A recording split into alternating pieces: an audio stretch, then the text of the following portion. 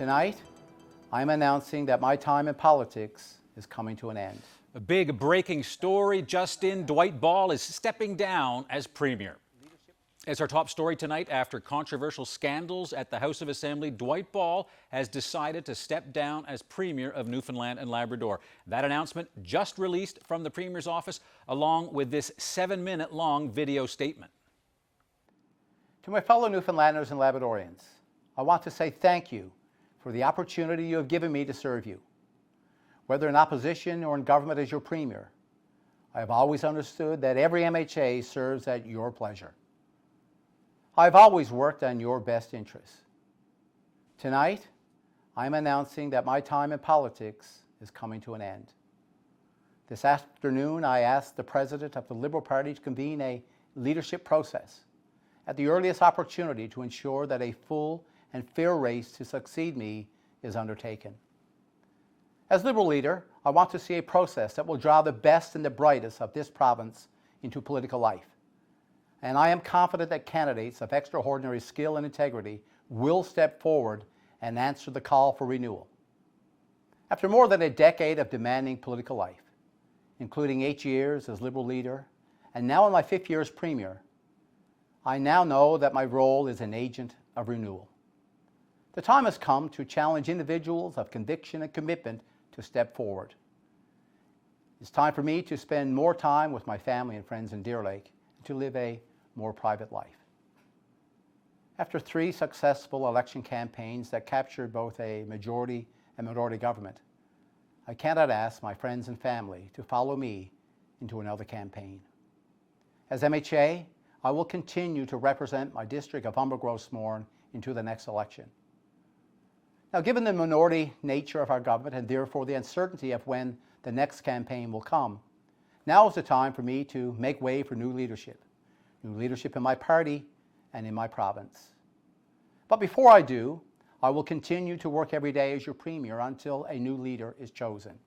I will ensure that government continues to work in your best interests every day, even as we conduct a leadership renewal process. I will ensure that government continues the preparation for a 2020 budget for a new leader to put their imprint on. And I will continue to work with our federal partners to ensure that we have fully mitigated the costs of Muskrat Falls. This is my highest priority in the weeks ahead. And I am proud of what our team has accomplished in our years in office. In 2015, I led the Liberal Party to victory and became Newfoundland and Labrador's 13th Premier. I took on the job when our province was facing challenges that were unprecedented in our history. We have navigated through those challenges together. We set out to change the course, and we laid out a plan for a better future, a plan called The Way Forward. Early on in our mandate, we implemented full-day kindergarten, giving our children a better start in life. Our Education Action Plan is modernizing our K-12 system, laying the foundation to ensure our children are best prepared for their future aspirations. We currently have 4 schools under construction throughout the province, all to be completed next year. Since 2015, we have attracted $18 billion in investment in mining and in our offshore oil industries.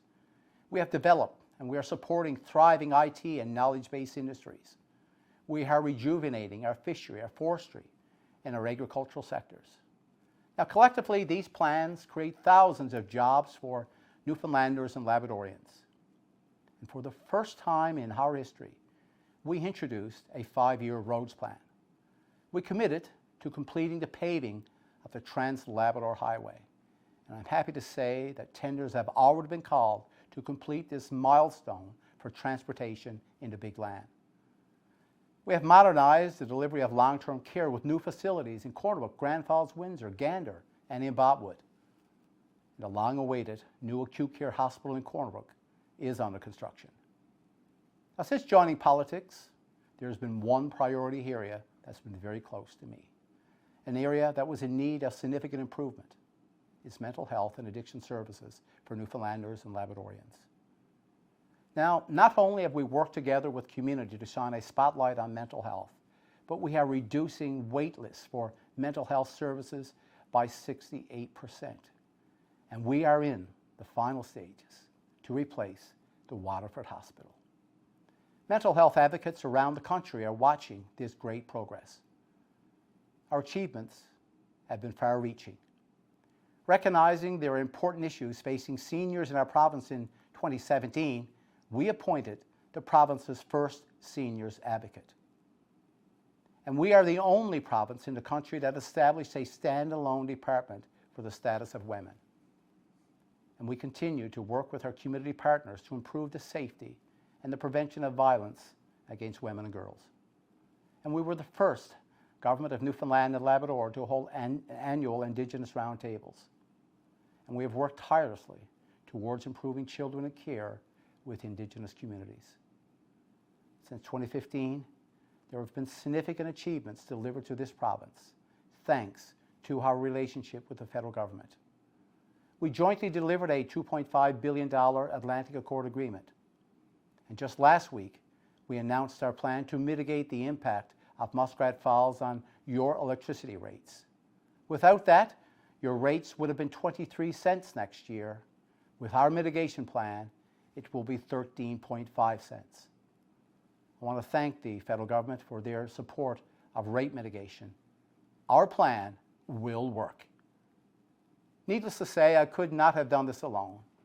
We have an amazing staff, a great caucus, and a great cabinet, supported by professional and dedicated public service. I would like to take this opportunity to thank each and every one of you. In closing, I want to thank the residents of Humber Gross Mourne for your unwavering support. From my wife Sharon, my mother, brothers and sister, and my family and friends who have supported me every step on my political journey, I am looking forward to the next phase of my life. An opportunity to contribute to our province in other ways. And I'm also looking forward to spending more time with my daughter and granddaughter who are watching tonight. I guess Poppy will now be able to spend more time at your gymnastic classes. So in closing, let me say that I know some difficult days lie ahead for Newfoundland and Labrador, but I am reminded of the words of Winston Churchill, who said, "A pessimist sees the difficulty in every opportunity, but an optimist sees the opportunity in every difficulty." We Newfoundlanders and Labradorians are optimistic. We know our best days are still to come, and I will be there right beside you in the future, building and believing that we have an obligation to our children and our grandchildren to leave this land better, more promising, and more prosperous than before. Together, we're making in Newfoundland and Labrador the best place to live, to work, and to raise a family. Thank you. Dwight Ball stepping down. We received word about an hour before the program started tonight. Peter, your thoughts? It's unexpected. You know, it's funny. It's one of these things that we've heard people say, oh, he's going to resign, ever since that budget in 2015 that delivered so many tax increases and fee cuts, and we saw those huge protests. But I think one of the big questions is why now? And he didn't really address that in the video. Right. He won an election less than a year ago. This is not traditionally the time that a premier would step away.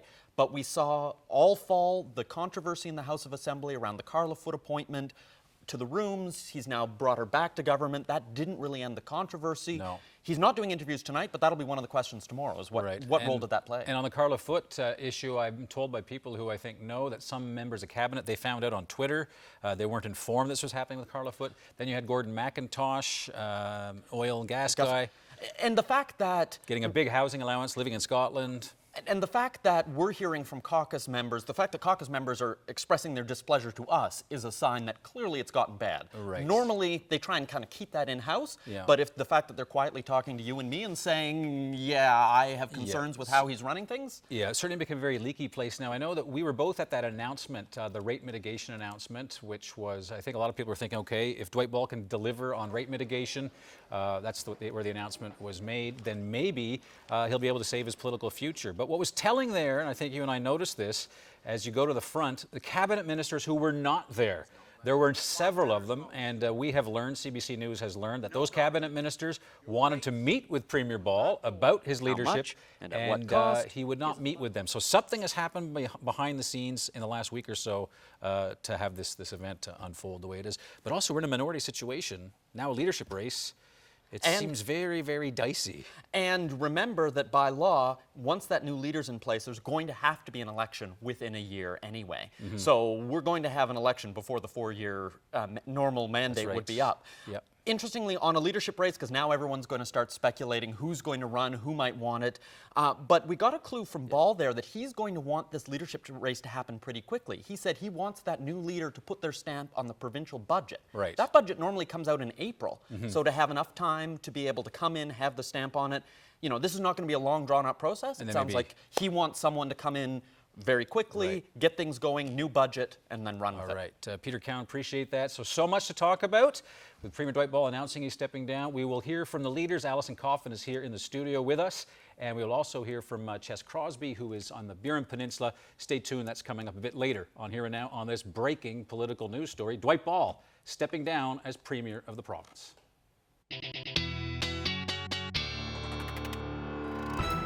Well, much warmer than it has been for the past couple of days across most of the island. If you take a look at the satellite radar, not a whole lot happening up through Labrador. We do have a messy system, or at least an unsettled system, moving through parts of eastern Newfoundland. That will generally end as we head through the night tonight, and that's because we got a big ridge of high pressure. That's going to bring in some colder air through the day tomorrow, and then in behind that, we've got another system over Ontario right now. That's going to be our next weather maker as we head into midweek. This one looks messy as well. I'll have all those details coming up. Soon, 10,000 people will be able to ride buses like these for free. That story coming up.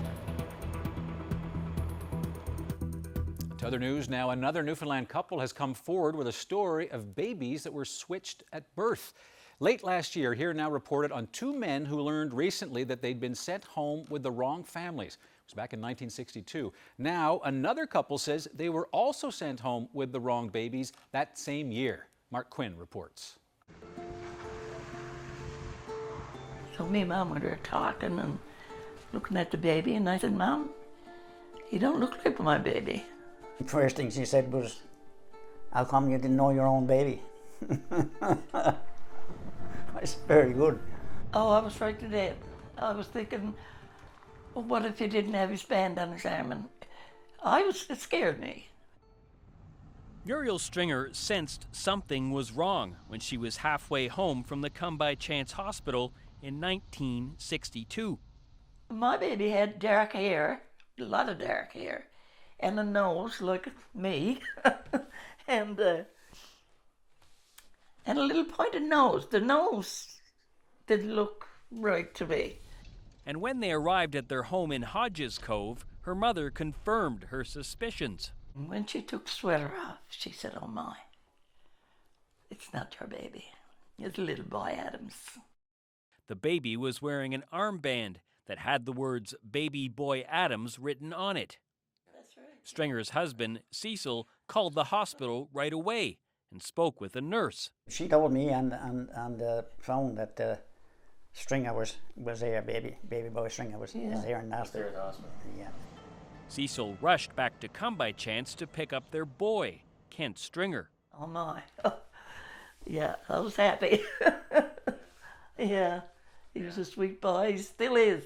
The Stringer mix-up happened in August 1962, just months before Craig Avery and Clarence Hines were sent home with the wrong families. The Stringer story had a happy ending, but Hines and Avery, who didn't find out they were switched until they were in their mid-50s, say what happened to them caused indescribable anguish. You never got to be there, special occasions and stuff like that with your brothers and sisters, and you never got to grow up with them. It's hard. Hines and Avery are suing Eastern Health, claiming negligence. Last week, the health authority filed a statement of defense. It says it's not responsible for what happened at the Come By Chance Hospital more than 50 years ago, and it's asking a judge to dismiss the suit with costs. Mark Quinn, CBC News, St. John's. Dozens of protesters blasted the city of St. John's today over what they say are years of unaddressed concerns about sidewalk safety. They gathered in front of City Hall and said they're fed up with the condition of sidewalks all across the city. Organizers say people will no longer tolerate being second-class citizens just because they're pedestrians. The group says they also plan to gather at Bannerman Brewery on Wednesday to discuss pedestrian safety, and they will hold a town hall on March the 15th. I acquired my vision loss about 8-9 years ago, 10 years ago. My life has become smaller and smaller. My footprint on the city becomes smaller and smaller. Traffic becomes crazier and crazier, and you know, cars and vehicles more numerous. That infrastructure is being taken care of and expanded. Pedestrian infrastructure is not. And it's no longer acceptable to me that so many people are living in isolation. Well, walking is one way to get around, but the bus is another way to get around the city. And now the province is launching a pilot project to help people on income support in the St. John's area more easily get around within the city. They will soon get free Metro bus passes. As Here Now's Rob Antle explains, the program is to give people a helping hand and fix an existing system that's tangled in red tape. These buses aren't the only things ready to roll today. Soon, a new provincial pilot project will also get moving, giving more people free access to Metrobus and more opportunities. When people have access to transportation, they will have access to better healthcare services. They'll also have opportunities for employment and other government services here in the region. This is really about another measure to help people who are most vulnerable in our society. A big announcement means a big photo op. Provincial and city officials celebrating the deal. More than $2 million a year that will provide free bus service to 10,000 people on income support in the St. John's area. We are grateful for the substantial investment in these individuals and families and in public transit.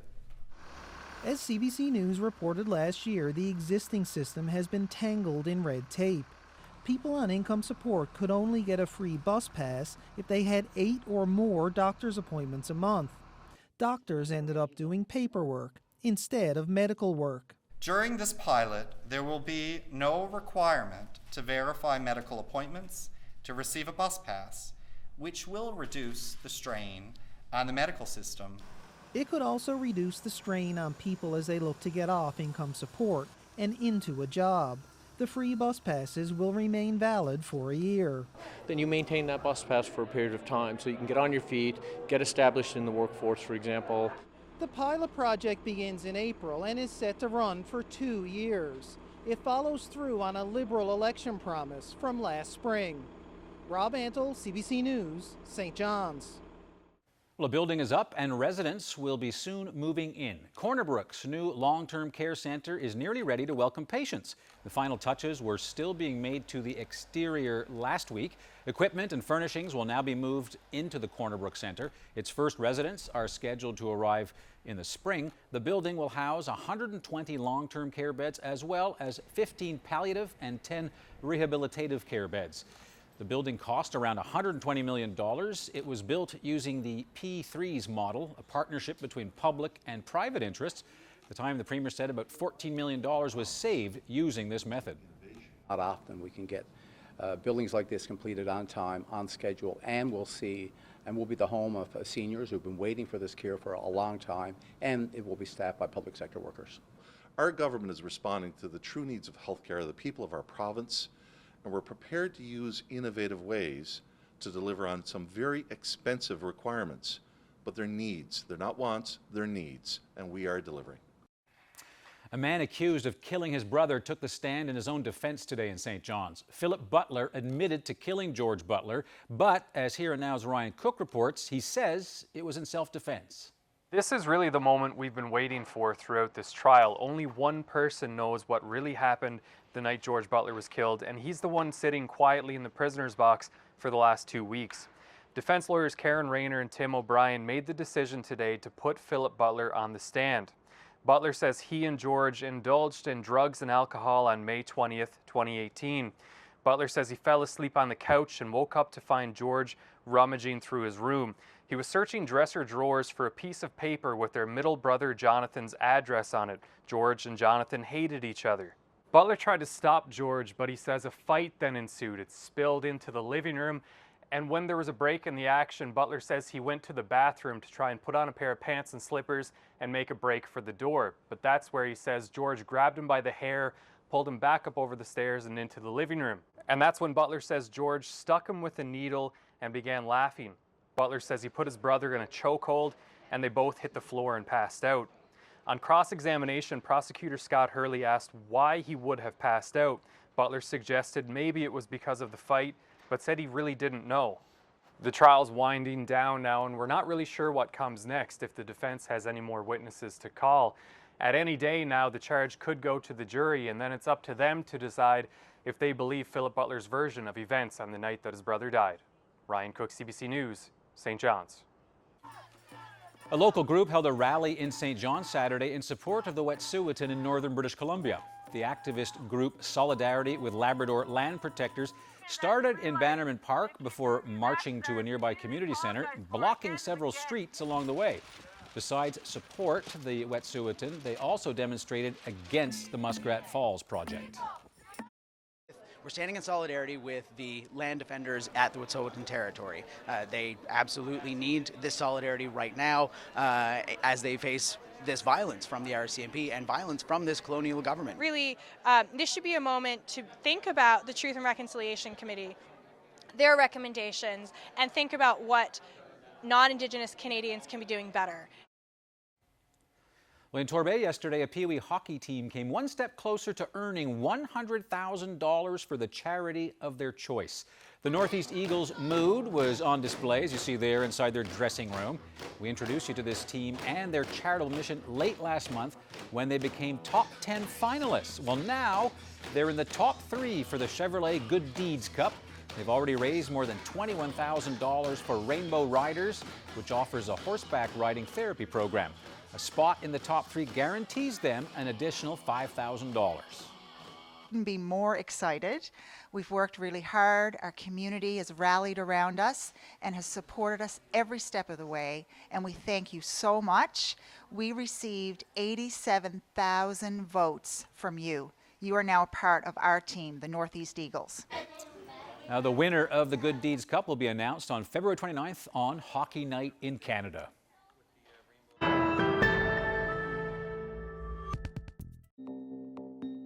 In Newfoundland and Labrador, more people than ever before are struggling to put food on the table. You're like, okay, gotta get home, feed the kids. What am I gonna make for them? Do I have the ingredients I need? If I don't have the ingredients, do I have enough money to go buy them? Single-parent households are most likely to suffer. And when you have to choose between paying the bills and food, food usually comes near the end. CBC NL presents Fed Up, a series looking into why so many people are experiencing food insecurity. For more details, head to cbc.ca/NL.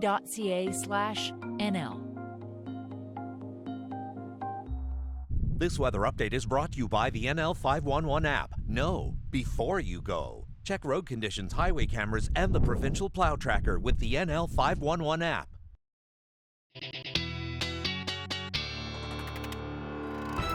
And just before we move things along, I know a lot of you were looking forward to watching Fed Up, the show about insecurity, the series that Jane Adey hosts. We'll get to that, but obviously with breaking news, Premier stepping down, we've had to bump some programming. So be patient. We'll get to that eventually.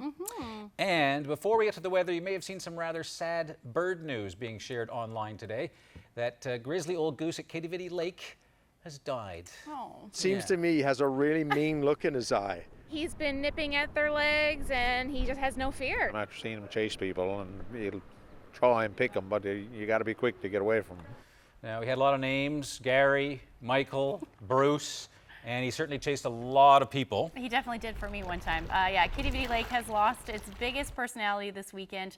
The gray-legged goose died from unknown causes. Right, although where was Jonathan Crow at the time? There he almost put Jonathan in the water. In the water, I remember hearing about that. Yeah. Anyhow, sad news for the goose. Sad, of course. Now, I can't think of a single segue. Good news is the temperatures. There we go. Yeah, it was kind of dripping out there today, right? It was mild and melting. Yeah, it was freezing this weekend for most of the weekend, or at least on Saturday it was freezing, and then those temperatures finally warmed up. But today, nice and mild. Let's take a look at what we saw across the island. Dare I say spring-like temperatures? Yeah, right. But temperatures sitting, above 0, 1, 2 degrees as the afternoon highs today. We still have those cool temperatures up through Labrador, thanks to a ridge of high pressure, though. Lab City sitting at minus 17 today.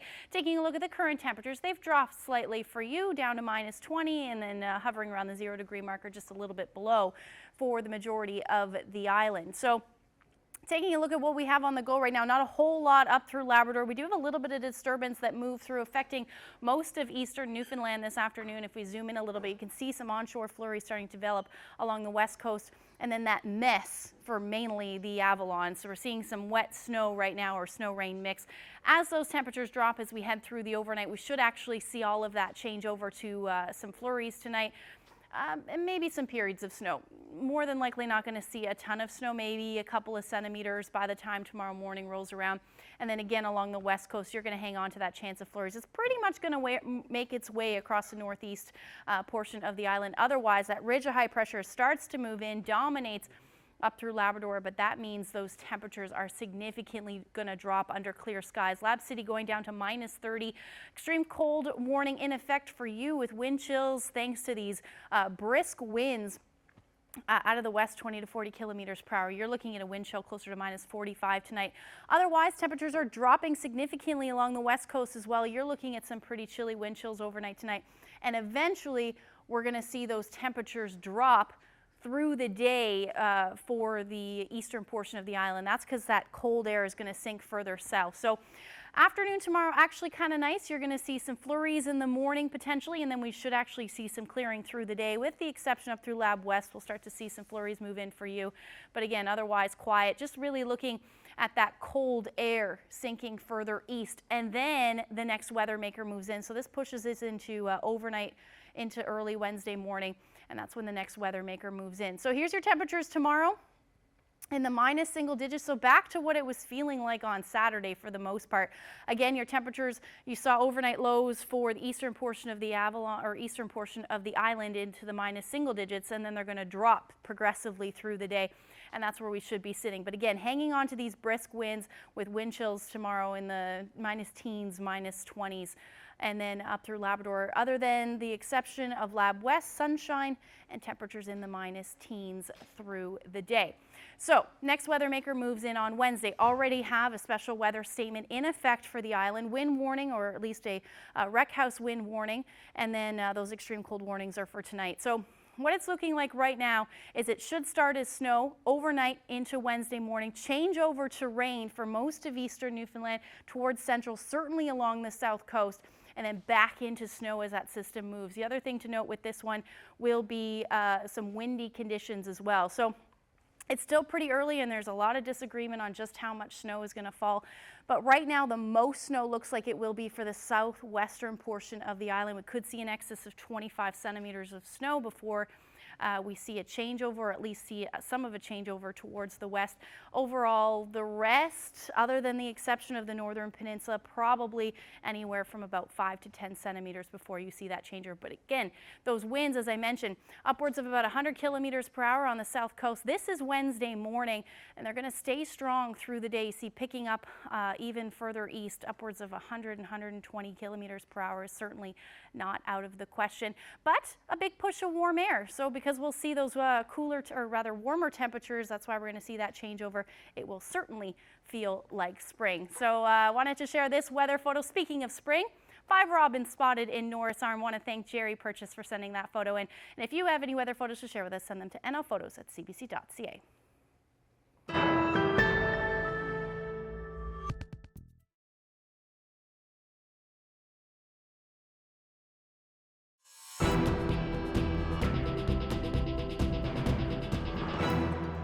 Tonight, I'm announcing that my time in politics is coming to an end. Dwight Ball is stepping down as Premier. And he made the announcement about half an hour ago in a video statement that we aired in its entirety on Here and Now. Mr. Ball is expected to have a news conference tomorrow, as well as to give more details and take some questions about how he came to make this decision. But we do know that he is now going to stay on as leader until a new leader is chosen. I'm joined now by two other party leaders to talk about this development. Opposition Leader Ches Crosby joins us by FaceTime from Marystown, and NDP Leader Alison Coffin is with me in the studio. So to our faraway guest, Mr. Crosby, what are your thoughts? Were you surprised? Oh, it's obvious that Mr. Ball has had a rough go in the last couple of weeks. Look, he deserves our congratulations from all of us and the Newfoundland public for his time of service in public life. It's a very difficult job at the top. It's a lonely job, and there are times when everybody's hand is against you. Now, so I congratulate him on his service. Now, I should point out to viewers, Mr. Crosby is in Marystown, and so you can hear everything Mr. Crosby says is fine, although you can see the picture freezes up every now and then. Nonetheless, we're going to continue. Ms. Coffin, what are your thoughts? Were you surprised? Not surprised. Perhaps surprised about the timing, but not surprised that this was happened. Certainly, there's been rumors for quite some time that there's going to be movement in the party. So, but I am a little bit surprised about the timing of this. We just got the news about rate mitigation with a very strict timeline for the Public Utilities Board.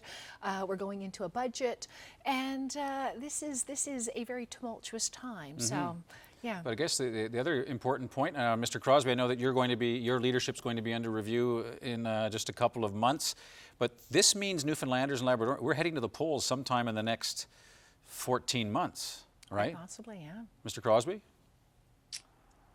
Well, yeah, I guess that's what replacing the Premier means. I think it runs from when there's a new Premier actually installed. I just want to make this point, Anthony, and Alison for that matter.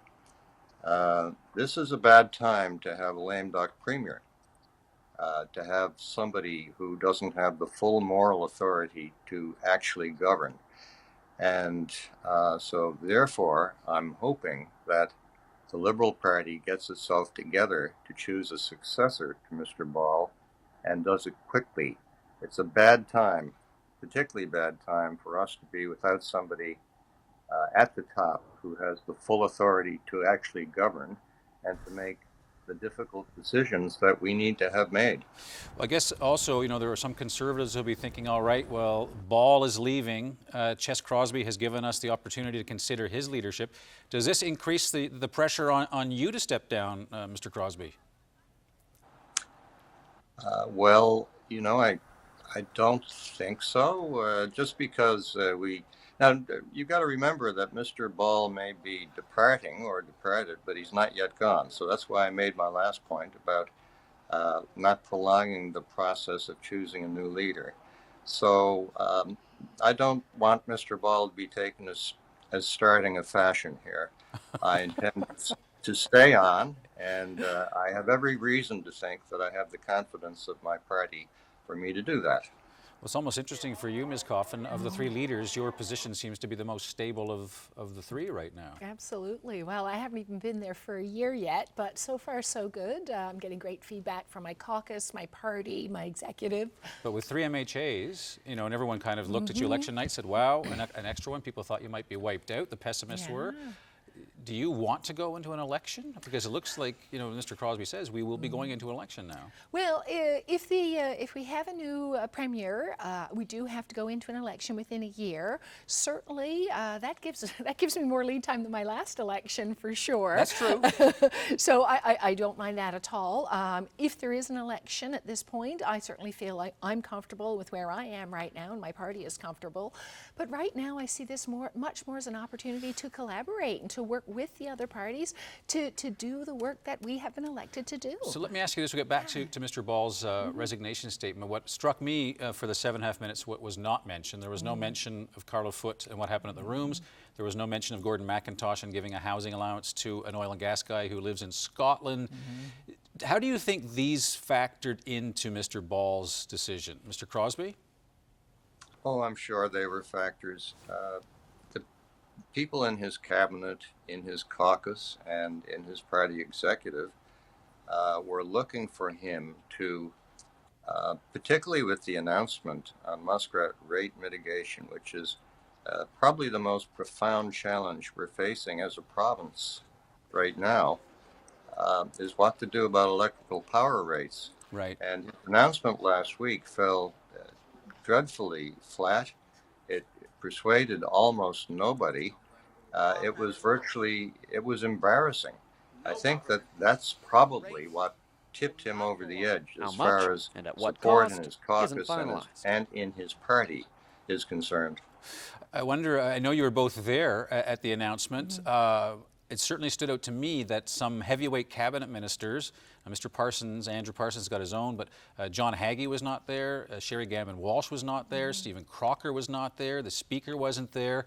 There is some indication that there was some dissatisfaction within the cabinet. Did you notice who wasn't there?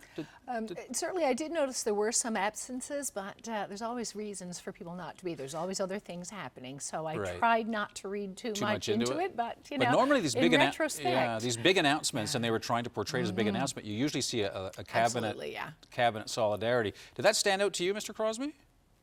Yes, that was certainly noticeable. You know, people can have reasons to be somewhere else, but not that many people. All right, so let me ask you this. The Premier is going to talk more about this tomorrow.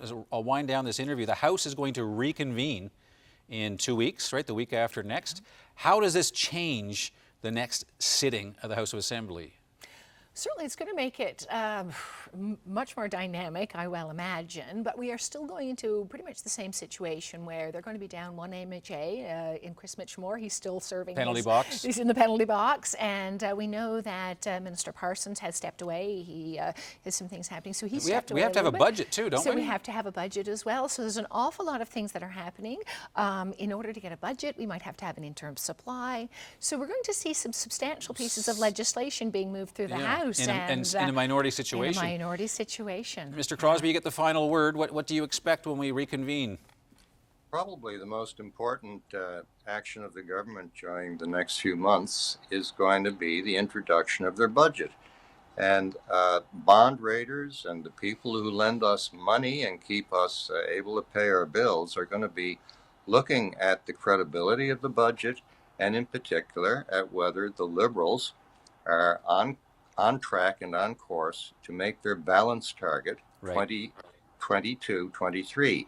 If they don't do that, then there could be far-reaching repercussions. So that's what I'd say is probably the most important event. Mr. Crosby, really appreciate you managing to get to a place where we could FaceTime you in Marystown. Thank you so much for your time and for joining us. And also, Alison Coffin, appreciate you being here. And we're in for quite a couple of weeks. Oh, boy. All right, we'll see you then. Thank you.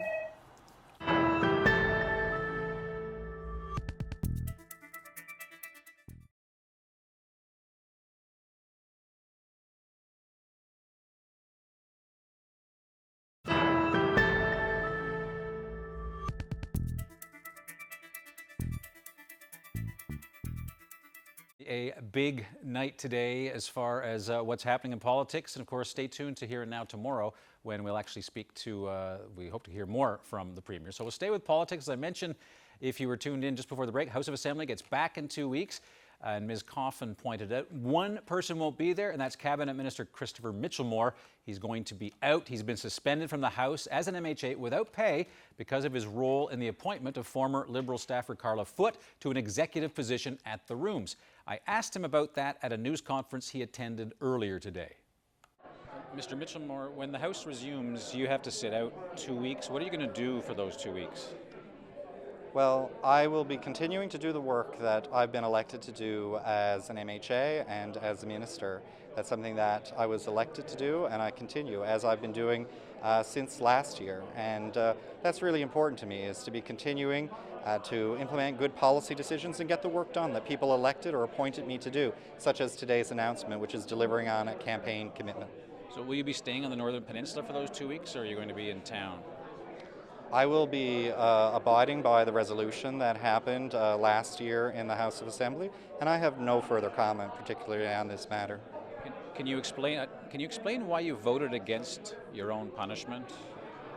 In the resolution itself, I would have voted for the original motion that was put forward because the Commissioner of Legislative Standards in the report had cited a reprimand. The motion that I voted against had far stiffer penalties that was put forward, but I certainly would have voted for the original motion that was put forward in favor. And I said that up front. Now, Mr. Mitchellmore won't get his MHA salary for those 2 weeks, but he'll still be paid as a cabinet minister. That's an additional bonus on top of the MHA pay. So how much salary will he actually lose? Well, his 2-week suspension comes out of his $95,000 a year MHA salary. So we decided to do the math. That works out to a total salary cut of approximately $3,600 before taxes. Well, in national news, it's a sign of just how serious the rail shutdown across much of Canada has become. The Prime Minister has cancelled today's planned diplomatic trip to Barbados and instead convened a meeting of his government's emergency response group. The only item on the agenda at that meeting, how to end the nationwide protests and the rail blockades they've caused. I understand how worrisome this is for so many Canadians and difficult for many people and families across the country. We're going to continue to focus on resolving this situation quickly and peacefully, and that's what we're going to do. Now, that meeting comes after about 2 weeks of demonstrations over the planned construction of a gas pipeline through Wet'suwet'en Territory in BC, including a Mohawk demonstration along a main rail corridor in Ontario. And that's led to the cancellation of virtually all Via Rail service in Canada, as well as CP freight service across the East Coast. With no clear end to the blockade in sight, CN Rail has now started to lay off workers. Well, staying with transportation, Bombardier is selling its transportation division to French giant Alstom. The transportation division, which includes Bombardier's rail building unit, is being sold for nearly $9 billion. The deal requires approval by the EU and is expected to be completed next year. Bombardier has been selling several of its divisions since 2015 to pay off multi-billion dollars in debt. Last week, the Montreal-based company sold its remaining stake in commercial aviation business to Airbus and the Quebec government. Well, General Motors is pulling out of Australia, New Zealand, and Thailand. The company says it can't justify building right-hand drive vehicles amid plummeting sales. It's going to wind down operations in Australia and New Zealand next year, putting more than 800 people out of work. A Chinese company is going to buy the factory in Thailand, where about 1,500 workers have been making General Motors vehicles. Well, sticking with bad business, another retailer is shutting its doors in Canada. Pier 1 Imports has about 50 stores in this country, and all of them are going to close. There's no word on exactly when that's going to happen or how many jobs this will affect. The home goods chain has filed for bankruptcy protection in the United States and will try to sell retail locations there. The company has been struggling with increased competition from online retailers.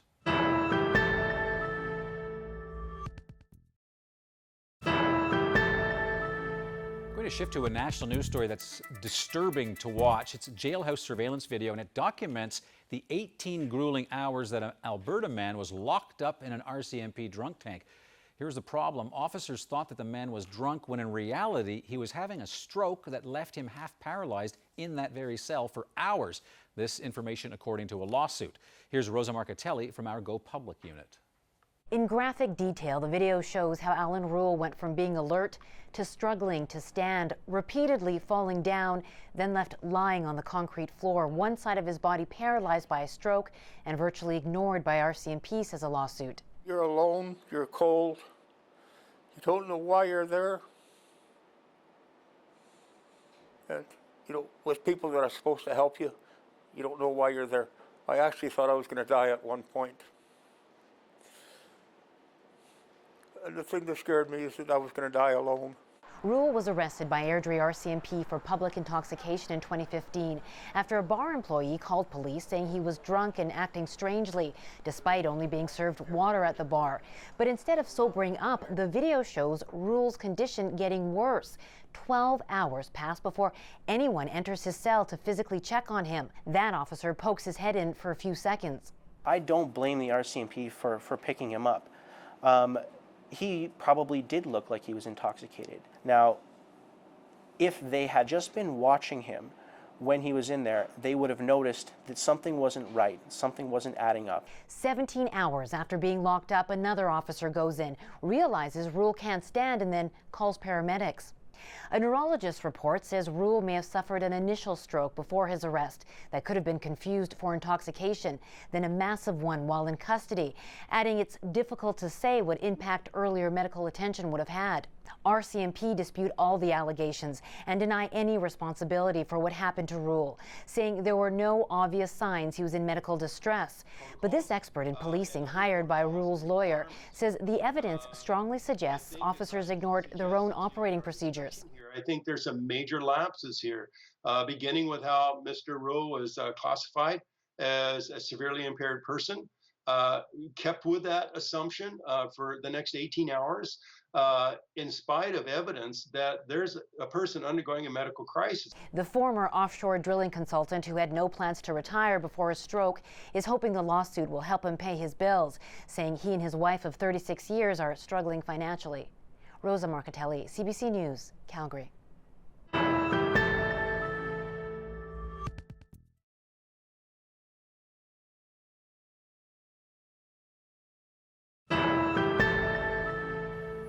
Well, it's been one of those newsy nights where things had to move around, so we will get to our Fed Up series and looking at food security or insecurity in the province a bit. You're almost done, but not quite, right? People can see you again later. Yeah, so I'm going to be on Atlantic Tonight this evening, I guess. Yeah.